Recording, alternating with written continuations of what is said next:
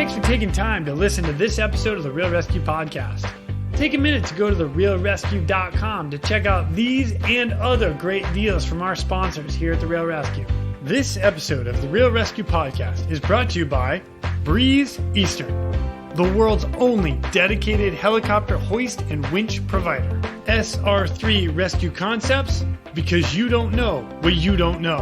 And RescueSwimmerShop.com, official high-quality apparel featuring the silhouette.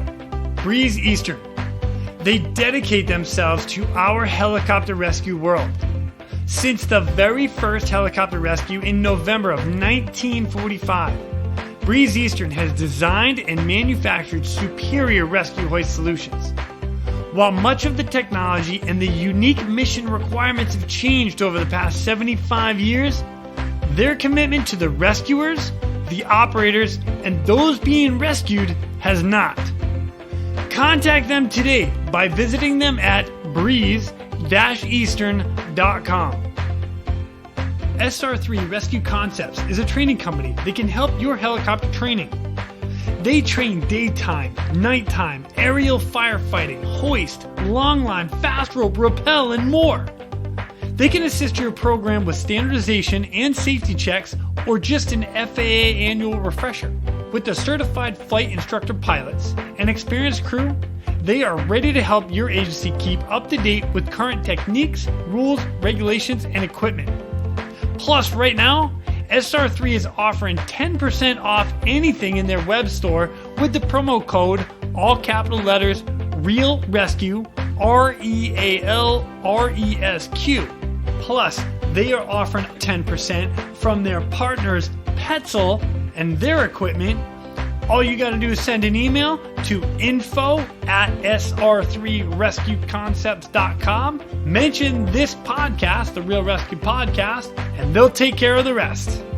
15 years ago, photographer and Coast Guard rescue swimmer number 526, Chris Razak, created an iconic photograph. This photograph depicted the silhouette of a helicopter rescue swimmer reaching down for an outstretched hand in need against the American flag backdrop. The image went viral and became a symbol worldwide for the rescue community and the people they help. Its wild popularity inspired Chris to launch RescueSwimmerShop.com, a web store offering official high-quality apparel featuring his evocative image, the silhouette. T-shirts, hats, patches, and stickers featuring the silhouette are available at RescueSwimmerShop.com, including the flagship design, So Others May Live. Follow Chris and his story on Instagram with the handle @RescueSwimmerShop. And if you are a rescue swimmer, support rescue swimmers, or just tell people you are one at the bar, this gear is definitely for you. When you get to the website, RescueSwimmerShop.com, enter the promo code, all lowercase, one word, ResCue, RESCUE, for 10% off your order.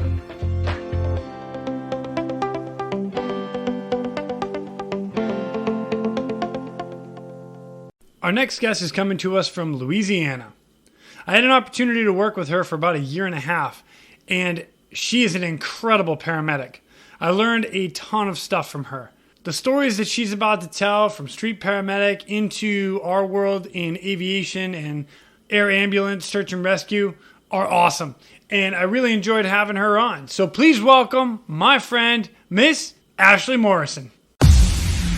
My name is Jason Quinn. I am United States Coast Guard Rescue Swimmer number 500. These are my rescues and rescues from those of us that put our lives on the line every day so others may live. This is the Real ResQ podcast.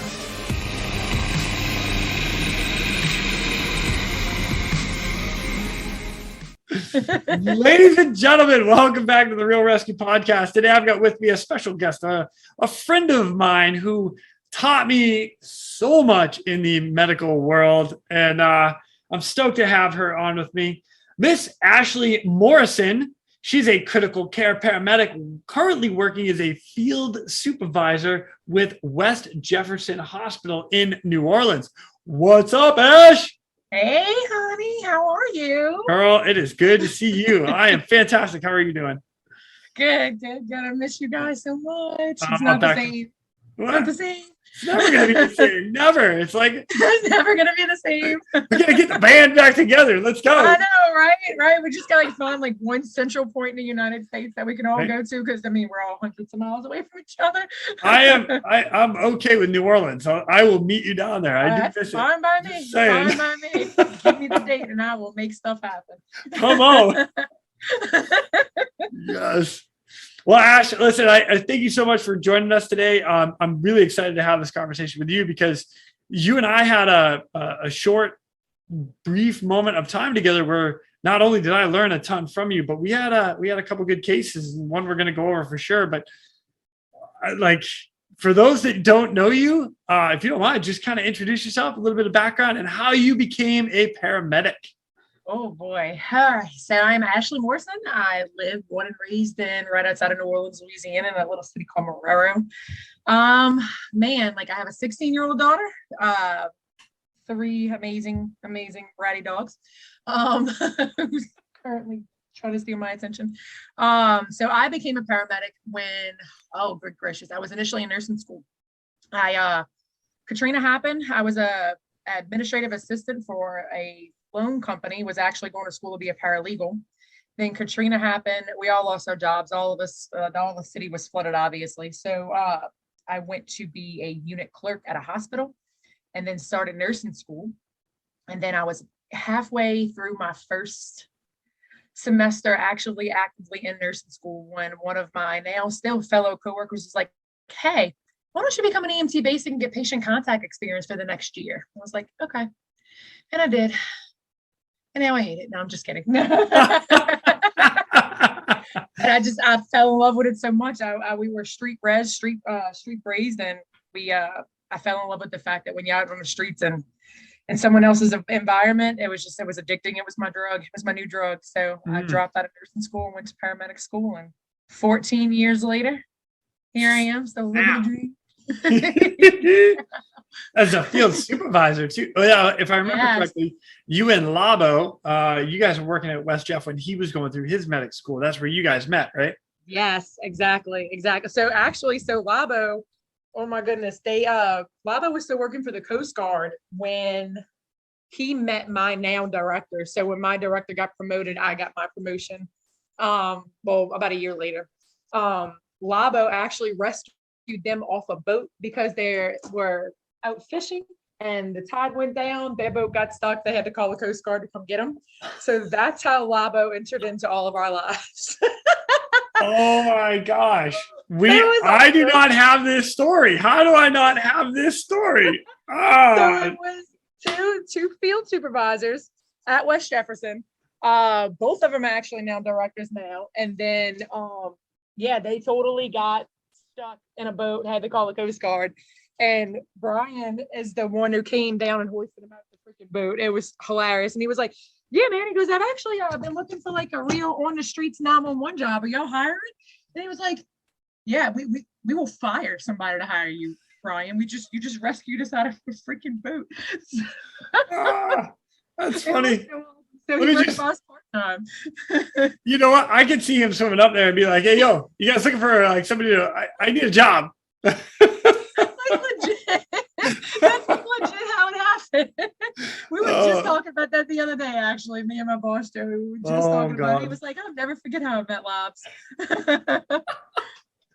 It was awesome. It was so awesome. But yeah, he knew being a flight medic was my ultimate dream stop. I didn't know how long I could do it for. I didn't know if I would ever actually reach it. And then when he hooked up with P1, I got that phone call. That's right. Now I don't want to get too far into it so let me back up just a little bit. So you get into the ambulance, you're finally a paramedic, and they finally get all the paperwork and all the check boxes to say, yep, you are qualified as a paramedic. And one of the first couple patients that you had, what do you remember? Oh my God, I'll never forget this. So this is my favorite. I will never forget. So when ancient centuries ago when I became a paramedic, it feels like we had to do our schedule is 7 on and 7 off, and it has always been 7 on and 7 off at West Jeff. So 12-hour shifts. We had to actually ride with our, at the time, field supervisor for those 7 days to make sure that, you're good to go. I mean, you're going out messing with somebody's mom, dad, sister, brother, not like a little puppy or kitten, not that it's any less, but, so my 7 with him, which was Clint Gaspard at the time, I had nothing. The worst thing I had was a 10-year-old child that was having a seizure, has a history. No big deal, nothing, right?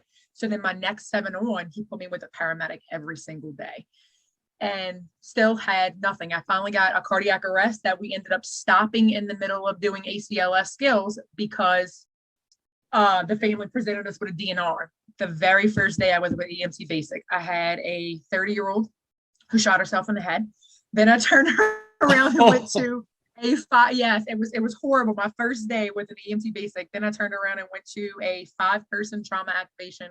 Car flipped 10, 15 times down the road. It took us an hour and a half to get all 5 of these people out of this massive Tahoe Suburban, whichever one it was. It was a day I'll never forget. I can still smell it. I can still visit it. I can still. Look at Clint, because as a field supervisor, you go to those kind of calls, right? Like you go to the codes, the shootings, the overdoses, like as much as you can. You're always that extra set of hands to help the team, right?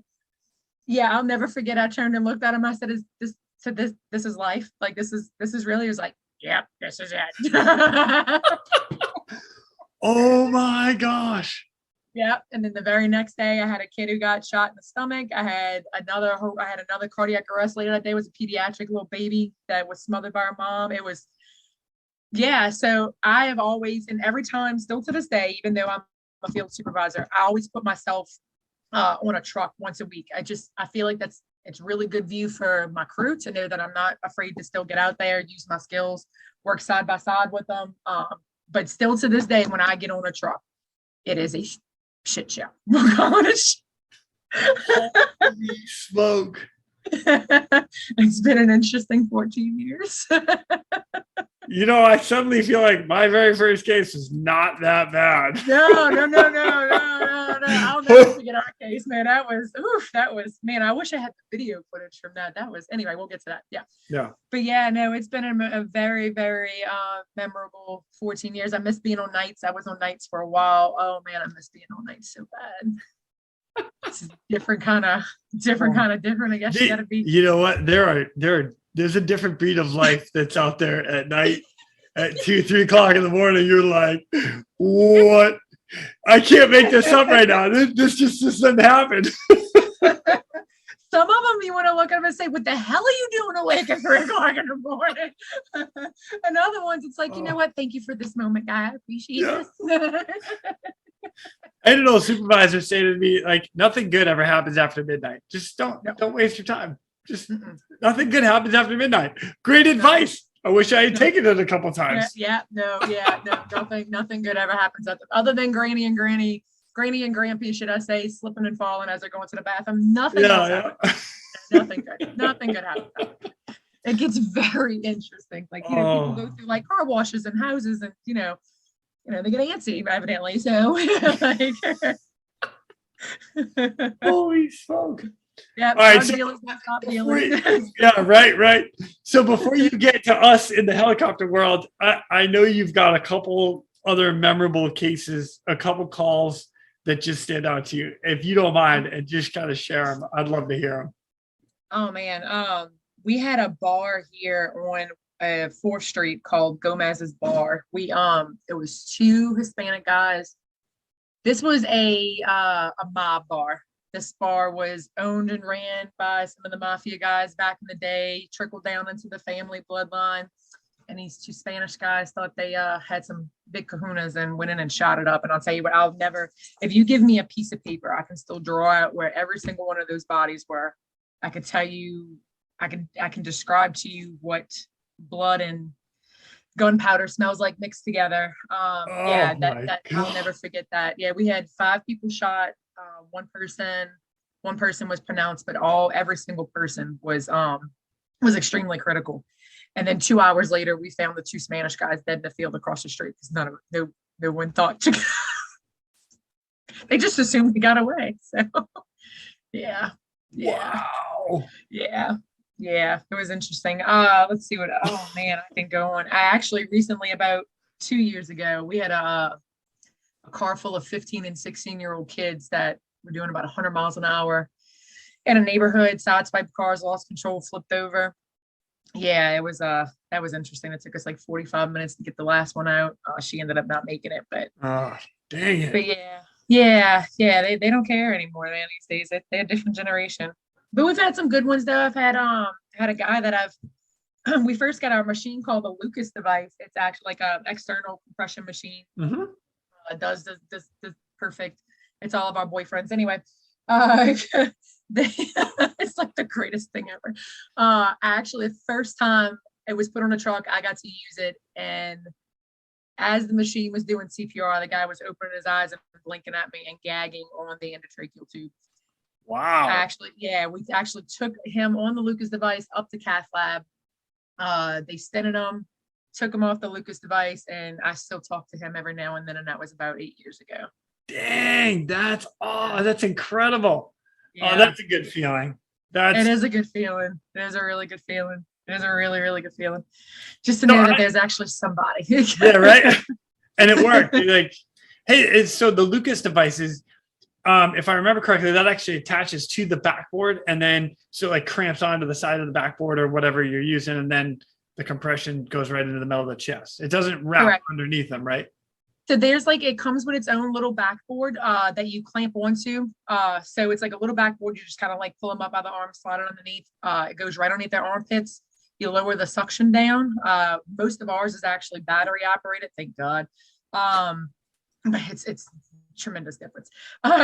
Noted. But it's like it's a button you push. It like allows you to lower it down. Push the button to hit play, like playing the disco song. And then staying alive, staying alive, staying alive. Come on. Hey, if anybody doesn't know that song for CPR, it's amazing. I know you don't belong in EMS. That's right. You can always switch it to Queen. Another one bites the dust, but that gets a little morbid. Yeah. And only in our world is that funny. The family does not exactly. Families don't appreciate. We appreciate the shit out of that. However,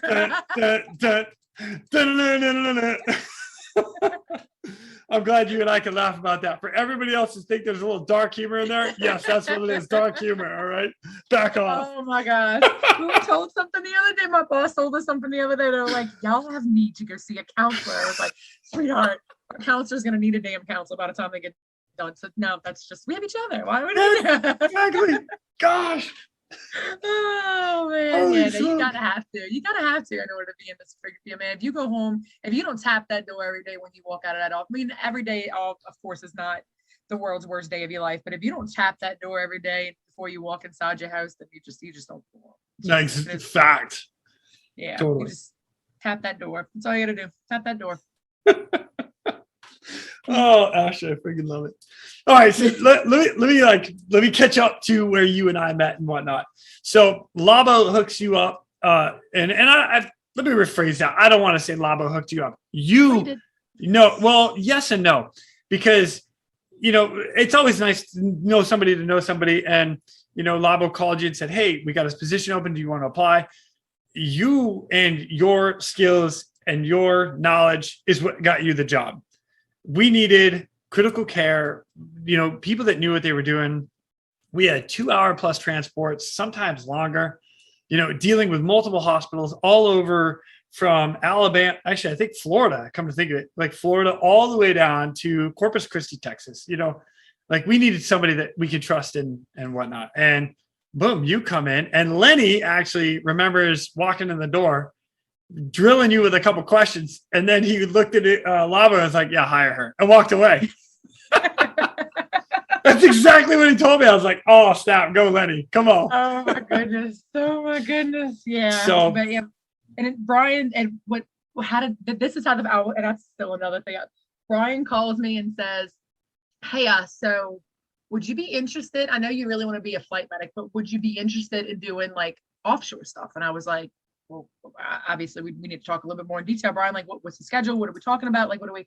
So he gives me the schedule. He gives me like the average salary, whatever, this, that, and the other. And I was like, well, Brian, look, I'm gonna just like, that's 2 weeks away from home at a time, man. I'm like, just give me some time. And like, is this like an official offer? He's like, no, you're gonna be in touch with Roscoe. He's our big head honcho, blah, blah, blah. I'm like, oh, okay. Then Alexandria is gonna call you. I was like, okay. And I was like, I was super quiet because I like legit could not believe this was happening.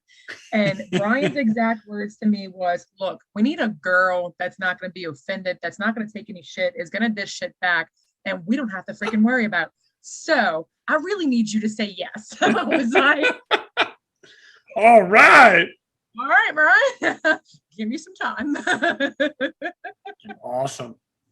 Yeah. So, all right. So now you get the job, which was awesome, and I was super stoked. You come down. Qualification purpose. This is the first time you had flown, if I remember correctly, right? Ever. Yeah. So yeah, not only is it the first time you fly, now you're hanging out with a bunch of knuckleheads like us and saying, "Hey, let's go hang out in a helicopter at 200 feet." And you're like, "I'm sorry, what?" Yeah. So give me the rundown. Like, just kind of tell everybody what your experience coming into that world. Oh my God, that was. Oof. So when we were flying to Mesa, I actually met Jesse and oh my God, I can see his face. I can't think of his name. We all ran a couple of us ran into each other at the airport. None of us knew each other. I knew a zero freaking soul. But where we were sitting at in the airplane on the way to Mesa, you can kind of tell like they're carrying the same stuff that I'm carrying. They're carrying the same, like we're all like kind of, you could tell. So one of the guys started looking at me and goes, "Are you going to Mesa to train with P1?" And I see he goes, "Yeah, I Facebook stalked you. I know." Like, so we started talking. So that's how I had Stalker. No idea. Exactly, right? No Was that Jesse? That son of a gun. Yeah, exactly. Exactly. Sorry, Harry, Jesse. I'm sorry. Harry. Yeah. Harry and Jesse. No, Jesse didn't talk to me till like the next day. I was like, "Weren't you on the plane with me last night?" He was like, "Yeah, I thought it'd be weird." I was like, "You are weird." Anyway. So yeah, first day in classroom, didn't know a single soul. I knew of Andrew Landry, but I did not know him. Yeah, it was overwhelming. Like I remember getting up a couple of times and calling like my dad and being like, "I don't know what the hell I think I am, and I don't know what the shit I just got myself into, but I need to reconsider some life options right now." So, but then when we went to the swimming pool, the in-classroom stuff was extremely overwhelming. The carabiners, the harnesses, the safety, the hand signals. I kept screwing it up constantly. And what finally got it to click was I don't even remember what I kept doing, honestly, but Jesse like turned around and looked at me stone cold in the face and says, "If you do that one more time, you're going to die. Like if you do that in a helicopter," I think I was given the signal for shear. And he was like, "You're going to end up dying." I went, "Oh, you see, I need that. This is what I need." Hey, brutal honesty. Sometimes you need it. Yeah. Just saying. Right. Instead of saying like I was all clear, I think it was, I kept doing the shear and he was like, "You're going to die." I'm like, "Oh, cool. Noted. Yeah, move on." But one massive major part that I'll never forget, and all of that training was Yost with me in the pool. I could not get that egress training down for nothing. I could not. And we were just doing basic stuff. It was me, Yost, and Jesse. Yost had me putting my legs on side the pool. It's September outside, so it's a little chilly, but I couldn't accept drowning per se. That's what he kept telling me. He's like, "You just need to accept drowning." I'm like, "Yost, who the shit accepts drowning?" Well, sorry, most of us. So raising my hand and me. Exactly. But man, he's the most patient, calm, cool, collective human being I've ever met. He sat with me on the side of that pool for an hour and a half until it finally just like clicked. I'm like, "Oh yeah, you can drown. It's fine." Totally normal. Totally cool. It's totally gonna be okay. You're gonna feel a little burn in the top of your nose. You'll be fine. It'll be all right. That's fine. Exactly. Well, that's kind of what I kept saying. I was like, "But it burns." He was like, "Yeah. Uh-huh. You ever flushed your nose?" It was like, "Of course I have." And he was like, "It's the same goddamn thing." I was like, "What's wrong with you?" "It is. You know what use it is. Let's do this again." See, God, I love that guy. I know. But yeah, first time in a helicopter, it was me and Harry were the first medics to go with you. And was it you? I don't think so. No, I came in after. Yeah. Who was it? It wasn't John. Oh man, I don't even remember who it was, but yeah, that was that's the true definition of crap your pants without crapping. Like I'd had no like, yeah. Oh my gosh. That's definitely it was awesome though. That year and a half was the greatest, most amazing time of my life. That was relationships built that you can never build anything like that with anybody else. Totally. Oh, I totally agree. Yeah, we had a lot of fun down there. So do you remember your first case with the Yes. Hit me. Yeah. So I went straight from Mesa to Port Fouchon, hole in a wall dump. And I was day 7 into my 7-day shift when I finally got my first case. Lenny was so mad. So Lenny was like my FTO next person. He was so mad because every day we'd go out and do like 2-3 hours of training and make sure I got a damn pat. And he's like, we got to get a, we got to get a freaking call. I'm like, well, yeah, because I don't want to my first one to like legit be like solo by myself. Like, what the hell is going to happen? Like we finally get one at like, we weren't supposed to come on shift till 7. We get it at like 6 o'clock in the morning. I was so excited. But it was somebody with chest pain, having a heart attack, had some ST changes on her EKG, that troponin was a little high. So we were flying them in. But I'll tell you, I think when we walked in, when we finally walked through everything and got down to the bottom where the patient and medic was, the guy was talking to me. And this is when I realized the guys kept telling me, I don't think you realize how rarity it is for a female to be out here. And I was like, oh, well, yeah. I was like, whatever. There's girls that do everything, right? No, dead lie. He's like, I don't think you realize like how rare it is, and make sure you always stay with one of us. It's like, okay, whatever. Like I can do this. That's fine. I'm a tough girl. What's up? Yeah, right. Exactly. Yeah, no, that changed. We walked down to the patient. The guy couldn't hear because I got earplugs in and our helmets on. And I took my helmet off after Lenny. And the guy was like, it's a girl. Oh my gosh. What? I turned and looked at Lenny. I was like, this is real life, isn't it? This is definitely real life. Can't make it up. You can't make it up. Yeah. Yeah. No, that was my first one. Finally, day 7, 6 a.m. in the morning, Lenny came and woke me up. I was like, we're taking this call. We're taking this flight. But and then when we came back on my first day, we had a medevac, and I actually got to hoist that one. That was my first hoist as a patient. I legit like called Lenny. I'm putting on out, getting everything right. I call Lenny. I'm like, what do I do? Trust your swimmer. What's up? We got you. That's exactly what he told me. He was like, I think Greg Farn was my swimmer that day, and it was like, just stick with Greg. Greg's not going to lead you in the wrong direction. I'm like, but Lenny. So how did it go? It went really well. It was a guy, he broke his arm. So we had to hoist him up. We didn't put him in a Stokes basket. We actually just did like the harness, and we hoisted him up. It went really well. I was scared, petrified, but I definitely learned then that I needed to do more squats. So when we came up to the helicopter, it was his back. And I'm not no small girl, right? Like I got thighs like, thicker than freaking trees. But we came up to the helicopter. Oh my God, Ashley, I freaking love you. I love it. It's true. Oh.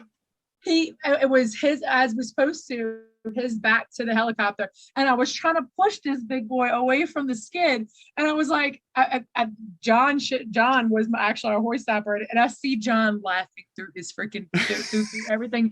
He's laughing at me, and I was like, just fucking help me get this going and go at you. I was so mad.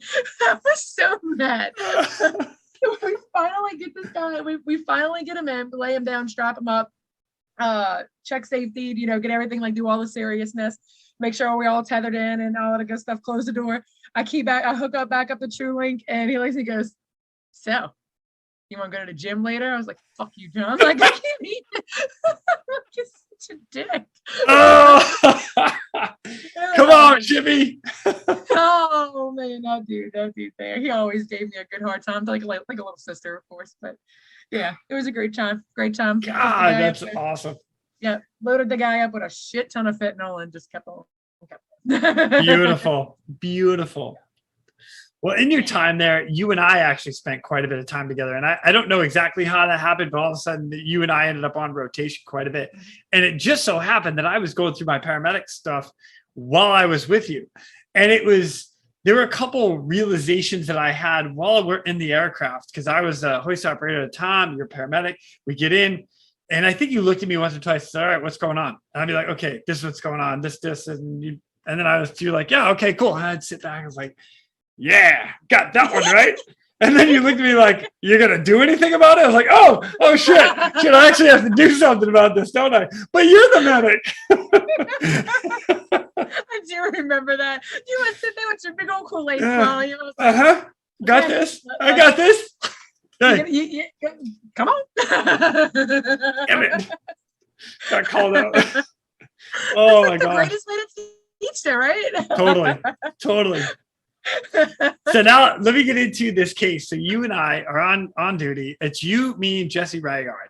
We get called out on, if I remember correctly, it was appendicitis. It was actually, you would know the patient better than I would, because I specifically remember the boat.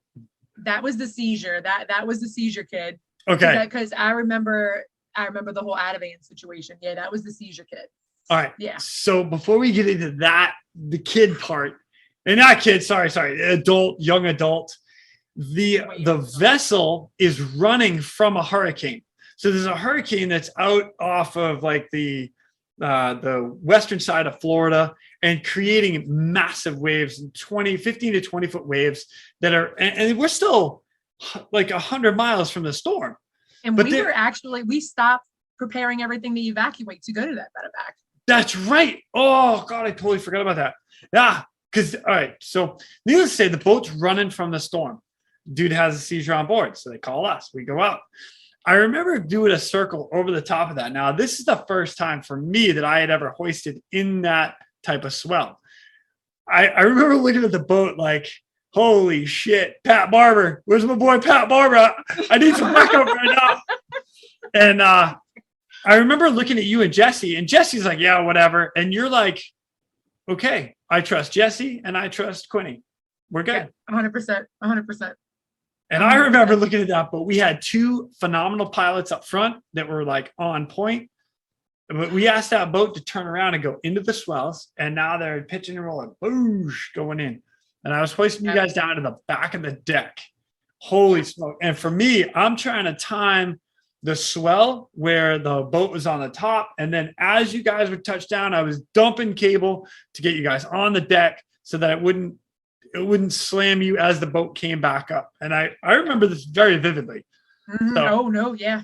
That's when, so I've seen a couple of guys always like during training that they would always have the carabiner open. So when their feet touch the deck, they disconnect it and let go. I never did that. I was, I think I mentioned it to Yost one day and he was like, that's like, don't get into that habit. That's a bad habit to get into. Like, just in case something would have happened, you disconnect it, but you need to go back up or something goes wrong. Like, it's not a good idea.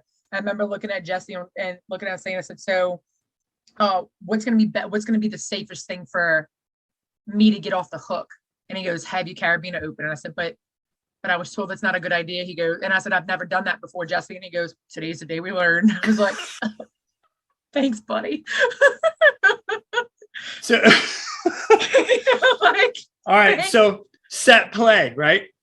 Right. We're going to we do our brief. We're going to insert Jesse first. And then if I remember correctly, we put a tagline on it. Oh yeah. So Jesse gets on deck first, connects the tagline. Let's see, there was trail line, there's guideline, whatever you guys want to call it out there. We connected to the bear hook. Bear hook comes up. I connected to you, and now we're at least taglined in, and then you get on deck. So you at least got Jesse down there. But again, for you, I'm trying to time that boat just at the perfect. As soon as you get down and disconnect, there was such a sigh of relief for me. I was like, and they're walking. We could hear you. I remember hearing you going, oh, they said right. Back, and I was like, oh God. That's the first time. So, and then you even told me, you said, look, it's going to be like a fast drop, but I'm going to hold you. And I was like, you're going to hold me? And they were like, yeah, like, so we're mapping 10, because we could see the 15, 20 foot swells, right? But like, you definitely had a different image than I can't say we, because I'm sure Jesse was picturing everything you were picturing, but never having done that. I was like, okay. And then when we went down fast and stopped, and then as soon as my toe, I can hear Jesse, because we're still on TrueLink together. And he goes, as soon as your toes touch, disconnect. I went, okay. And then I realized this is what he means. See, he's going to hold me because the ass of the boat's going to go, oh God. Okay. Yeah. And then I went full feet planted, let go. And it was like, oh, we just did that. Right. That was that was one of the most smoothest, crappy situation hoist ever. Oh, thank you. Thank you. That makes me feel good. It was great. So I'll tell you what, walk us through from there. So now you're on deck. You and Jesse have to go to the patient. Hit me.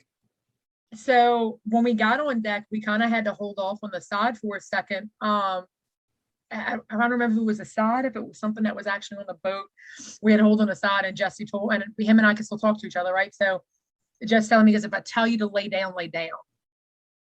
It's like, okay. I mean, I normally would question a million things that he tells me, right? But I figured now's not a good time, right? Because it's Jesse, right? I figured now's not a good time. So we literally had to crawl into the hallway. Now, mind you, I have my paramedic bag on my back, and he has the harness that we're going to put this patient in, because we initially was like, should we pep bag this guy up if he's having a seizure? And you're actually the one that said that's a horrible idea. Look at the seas, look at the swells, look at the way this boat's going. Obviously, if it's if he's fell, hit his head or whatever, we'll reconsider. But until then, let's just get him in a harness, get him up. Okay. So we're crawling to the door. Jesse has the harness. I have this 35-pound ruck freaking backpack with the whole damn helicopter in the back of it, right? And we literally had to crawl over the 2-foot door, and Jesse starts screaming at me, lay down, lay down, lay down. And as I lay down, I'm pretty sure I went back up into a straight standing position because of the 15, 20-foot seats. Yeah. And I looked at him and said, I'm going to throw up. He's like, yeah, you look like shit. I went, yeah, Jesse, I feel like shit. And he was like, all right, let's go. Oh man, it was bad. It was horrible. That's one you've never experienced queasy till you've been on a freaking closed-in boat with 15, 20 foot seas. So we get in a room with the medic and the patient, who's obviously post-ictal. And I asked him, I was like, did you give him any Ativan? He's like, no, but I have it drawn up. I said, we'll give it to him. Yeah. You see, I suck at starting IVs. I said, it's amazing because I'm great at it. Let's do this. So I have no idea to this day how I stuck this guy, but I could tell you that I had him lay on the ground. Then I laid on the ground, and Jesse's looking at me like I'm freaking nuts because we're all laying on the ground now. I start an IV at this guy in this 15, 20-foot swells back into the standing position because, the boat's it feels like it's about to flip over. And I take the guys out of me. He's like, well, he's not seizing anymore. I said, I want this out of him right now. Like, I can't, much less, but yeah. We're going to get this guy this ass. This is for me, not for him. I'm like, I want this out of him right now. Like, screw him, but yeah. So we load this. Thank God he was tiny. He was like Jesse size. Thank God. Because the whole time that we were crawling through, legit crawling, and this is like only one of few ships that the medics room was on the same level that we hoisted to. Most of them you had to go upstairs or you had to go within the ship, right? Yeah. This was like one of the only ones that it was on the same level. Miraculously. So after crawling into this room and getting this guy, then the whole thought process crawling was, this guy is going to be 17 times freaking bigger than me. This is going to be an interesting this is going to be a shit show. But thank God he was like the size of Jesse, which I could deal with because Jesse was about the same size as me. But so I load this guy and put out of me and get him attached to me. He's completely unresponsive past that. So getting this guy getting this guy out the hallway back onto the deck for you to come get us was the most hilarious thing I've ever had to do. It was legit like crawling, dragging. And the whole time Jesse's looking at me, he goes, we really can't make this shit up, can we? I was like, nope. can't make this shit up. But it was great. It was really good. It was interesting. I almost threw up like 5 or 6 times. I remember getting back in the helicopter and contemplating. So if I give myself Zofran, would this be Totally fine. Yeah, it'd be totally fine. And if it's I'll tell you about Hashtag worth it. Yeah. Oh yeah. But I'll get to that. I'll get to that story in just a minute. But yeah, no, when we got back out to the deck, he was sitting, and I can remember, I don't remember who the pilots were, but I remember one of them asking, because now at this point we've reconnected to you guys and we could hear you, you can't hear us. And I remember crawling back out to where you were going to pick us up from. Jesse's laughing at me because I'm like just struggling, and why help a sister out when you can just laugh at her? So, and one of the pilots saying, hey, is he gonna be all right? And I just gave a huge thumbs up, and I was just like, just come fucking get me. So our pilots that day were William Wingfield and it was Wingfield. BJ. Yeah. But Willie, we call him Wild Bill. Yeah, he was the one that called that out. I'm like, yeah, we're good. Is he gonna be okay? I was like, just fucking get me out of this shit. HO requesting the skid. Let's freaking roll. Let's go get him. Yes, that was awesome. And when we came up, I remember you telling me before, look, when we come up, you're gonna come up quick. It's not me, but it is gonna be me. So when we hooked up, I looked at Jesse. Jesse was like, look, I need you to hold on to this tag on a little bit tighter, because when you come up, it's going to pull, you're going to break. I can't have you break from this tag on. So that's when I learned 2 things on that flight. I learned how to quick disconnect and leave your carabiner open to get your ass off of the line. And I also learned how to wrap the rope around my leg, around my boot, my boot. That way it kind of like gave some leeway. Because I was like, well, I'll just hold on to it around my arm. And he was like, yeah, let's lose your arm. Yeah. Like an idiot. It's like, yeah. No. Thank you, Jesse. Thank you. Yes.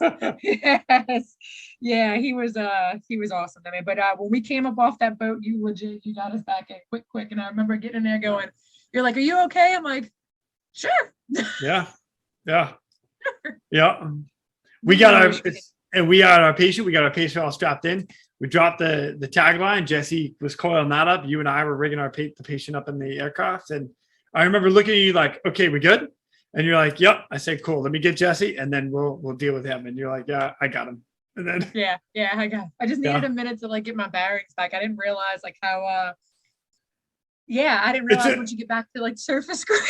Isn't it amazing when you want to be back in the helicopter? You're like, please get me back into the helicopter. Please. Yeah. I never thought that day would come, but that was the day that I was like, just get me off of this boat. Just get me off of this boat. Put me back in the thing that floats and prays for air. Like, let me just Oh gosh. It was a good time. When we got to the hospital, that kid finally started freaking waking up, and he was like, yeah, I remember the waves being pretty bad. We were like, yeah. They were excellent. Yeah. Man, that was a memorable flight. God, I still get queasy thinking about how that boat was going. It was amazing. I loved that case. Like I said, for me as a hoist operator, I believe that was probably one of my hardest cases that I was a hoist operator for sure. You nailed it. You nailed the hell out of it. We didn't come close to hitting any of the railings. We didn't come close to hitting the back of the boat. We didn't come close to touching anything. It might have been close. I'm neither going to confirm nor deny how close you actually were. With Jesse. Yeah. Okay. But that's not even he didn't hit anything. He was fine. Yes, exactly. You're fine. You didn't die. It's fine. Hey, you know what? I would not have done one thing different on that case. That is for sure. It went smooth. It was easy. You guys made it easy on deck, and again, having amazing pilots up front, just solid. Yeah, that's definitely one of those ones where you just have to like trust the training and trust your people. Totally. It's hard. It's hard. I mean, you're a veteran. I mean, it's hard. Like, you can trust your brothers and sisters out there, but can you really trust your brother? It's like kind of.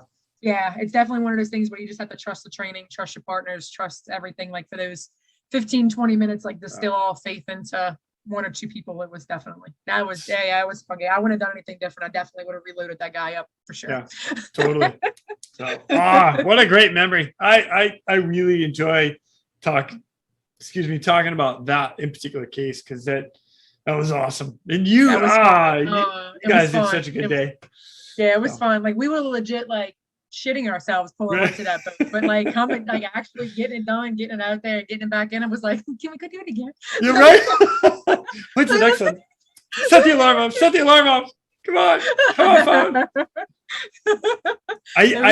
Something else, I do remember about that one in particular, which was a lot really good for all of us in the Gulf at the time, is when we came back, we did not just like, oh, great job and leave it. We actually debriefed that many times over, because if you remember, we actually got called out to go help a downed aircraft, and we ended up going like hoisting in between blades to get stuff for parts and whatnot, like the next day or something like that. But and the seas was still up then. Oh yeah, and it was such that case. We spread it out about everybody and everything, and said, okay, hey, this is how this happened. This is what went down, and everybody was very appreciative of us debriefing like everybody. So it was pretty cool. Yeah, it was definitely it was definitely a huge teaching moment. It was pretty awesome to like explain to some of the other medics, like, how, because of course their question was, well, why did you put the paramedic bag instead of hooking it up to the other carabiner? That was one time where it was like, what, like this is gonna be best if I have it on my back, because these seas are so bad. If this bag starts going, I'm going with it, versus if it's on my back. I can brace, use my legs, use something, or just hurry up and like snap the hooks, take it off, So that was a big teaching moment. I mean, none of us, the only medic that had ever flown was, he didn't even come in until later, but yeah, none of us had ever flown before, been in that kind of situation. So yeah, it was definitely huge. And even with Jesse, like helping me and you, oh God, man, that was definitely, it was awesome. It was awesome that we were the ones to experience that. Right. So smoothly. Yeah. When we were going out, I was like, this is a fucking horrible idea. This is bad. Yeah. This is really bad. And then once we did it, it was like, I'm going to do it again. Hey, everything worked the way it's supposed to. Check mark. Exactly. Trust your crew. Love it. So after that, like you and I think we had a couple other ones, standard MedEvacs, like in our time together. And then from there, you so your time at P1 ended, mine ended, and then you went on to do even more greater things, which if you want to fill in the blanks in between here and this award that you got, yes, little award from the city, you're more than welcome to fill in the middle. But I'm happy to get right into this little award that you just earned. So I didn't realize it was a big deal, but so after I left, after I departed ways with P1, I went back to nights at West Jeff. I got a promotion about a year and a half ago to a field supervisor, so I've been doing that. Took me back to days, but yeah, before Ida, I was told that I would receive an award from, it's called the 2021 Healthcare Hero Award. I totally thought that this was just a West Jefferson LCMC thing. Had no idea how big of a deal it was until they came to take my picture outside the ambulance one day. And she was like, she goes, look, I had no idea. So she's like, look, so you're going to start getting some emails from the city, some New Orleans city business. Don't delete them. That's very important stuff. It's your invitation for the ceremony for that. And I was like, wait, let's rewind. New Orleans city business. This isn't just West Jeff. And she was like, oh no, honey, there's going to be like a 2-3 hour like ceremony at New Orleans Fine Art Museum. And I was like, well, excuse me, this isn't just, I just kept harping on so you're going to need a dress and probably a nice pair of shoes. Just throwing that out there. Exactly. And thank God it ended up being online because of Ida. Thank God, because if you know me, I'm going dress shopping today for a wedding tomorrow, and I am dreading life. Like, do I get drunk before? Do I get drunk after? Anyway, but yeah. Like, so this was a 125 person recipient award. Only 3 of us are first responders. Ended up being Me, one from West Jeff, the only one from West Jeff, and one person from Acadian, and I'd be lying if I told you where the third one was from because I was just kind of quit. It was also real. So yeah, it's the 2021 New Orleans City Business Healthcare Hero Award. It's pretty big deal. I didn't realize it was a big deal, but very, very, very big congratulations to you, girl. Well deserved. You earned it. Thank you. With everything you've done in your entire career to bring you to this far and earning that respect. Well done. Thank you. Thank you. Thank you. Thank you. Thank you. You're welcome. I really appreciate it. Absolutely. Absolutely.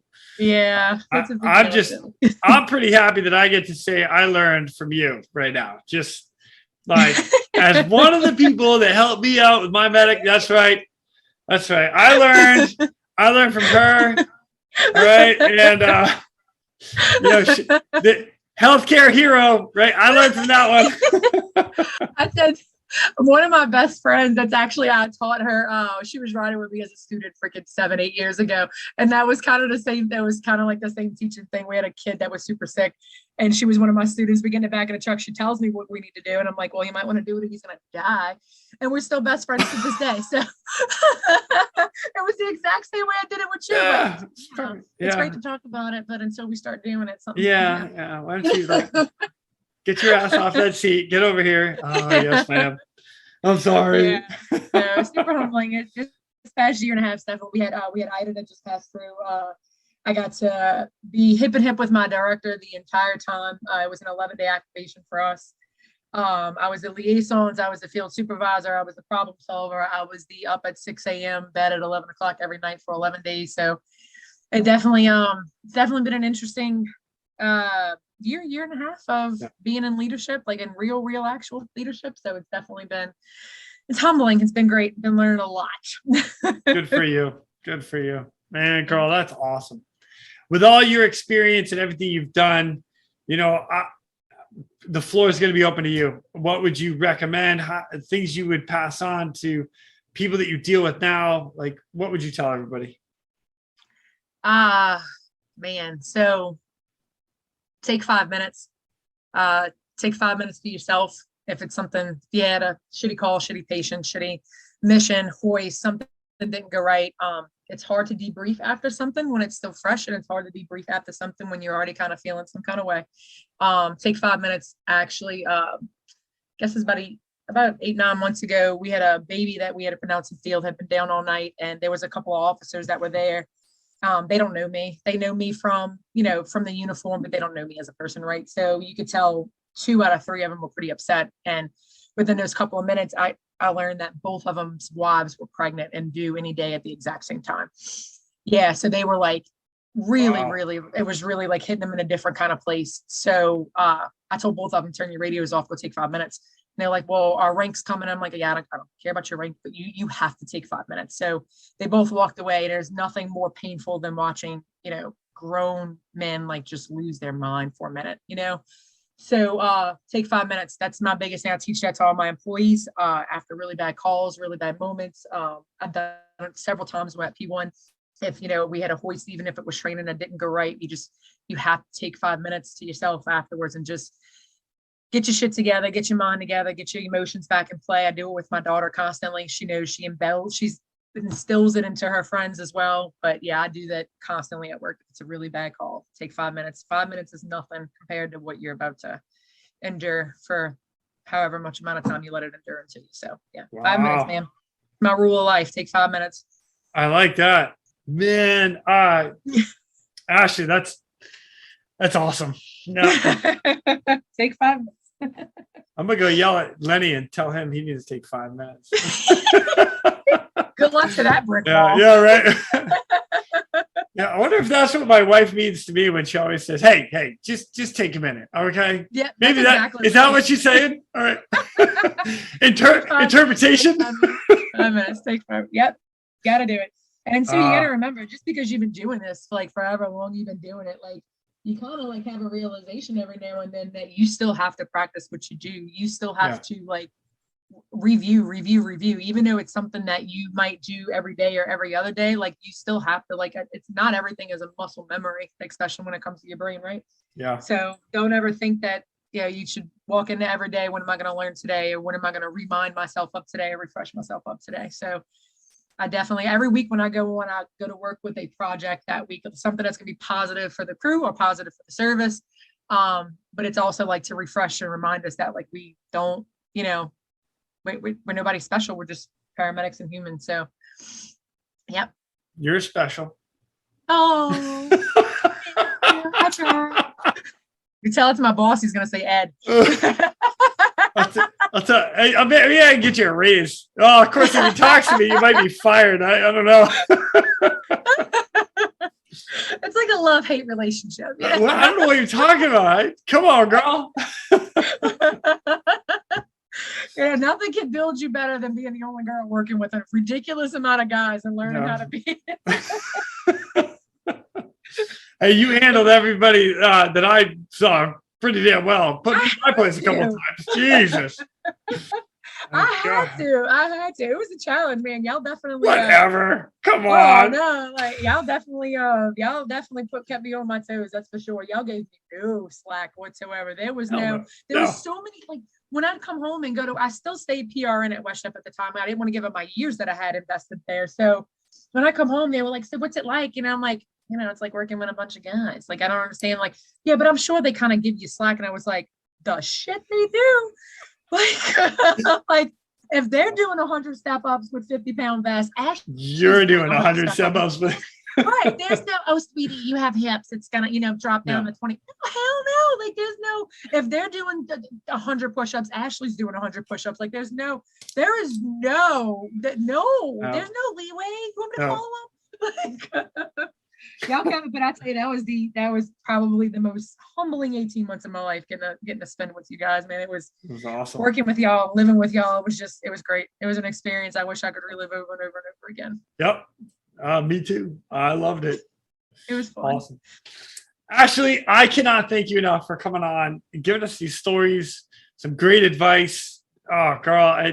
Again, my congratulations on earning that award from the city. Well done. Well done. Thank you. Yeah. Thank you. I appreciate it very much. Absolutely.